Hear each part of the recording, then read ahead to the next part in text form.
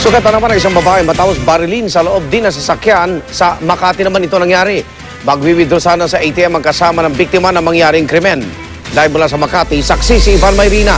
Ivan. Igan, isang babae nga ang biktima ng insidente ng pamaril dito sa Barangay Palanan sa Makati dakong alas 3 kaninang hapon. Sa pakiusap ng kanyang pamilya, hindi muna natin pangalanan itong biktima na nagtamo ng tama ng bala sa kanyang kanang mukha na tumagos sa kanyang dibdib.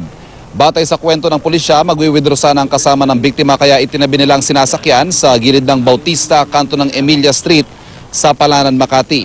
Ang biktima nakaupo noon sa passenger seat sa harapan ng sasakyan.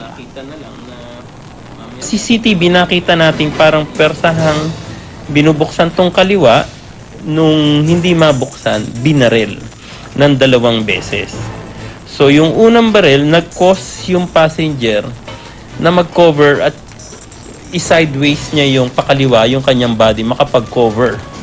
But yung sa pagka-sideways niya, sa second na pagbaril nitong ating suspect, tinamaan siya dito sa right side ng kanyang muka at allegedly ang bala ay namasyal dun sa pababa sa katawan niya.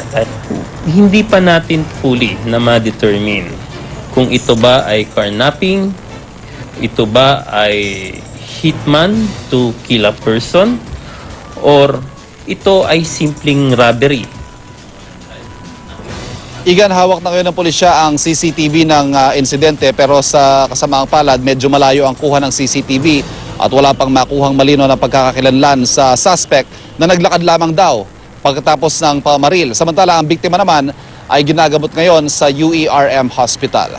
At live mula sa Makati, ako si Ivan Mayrina, ang inyong saksi.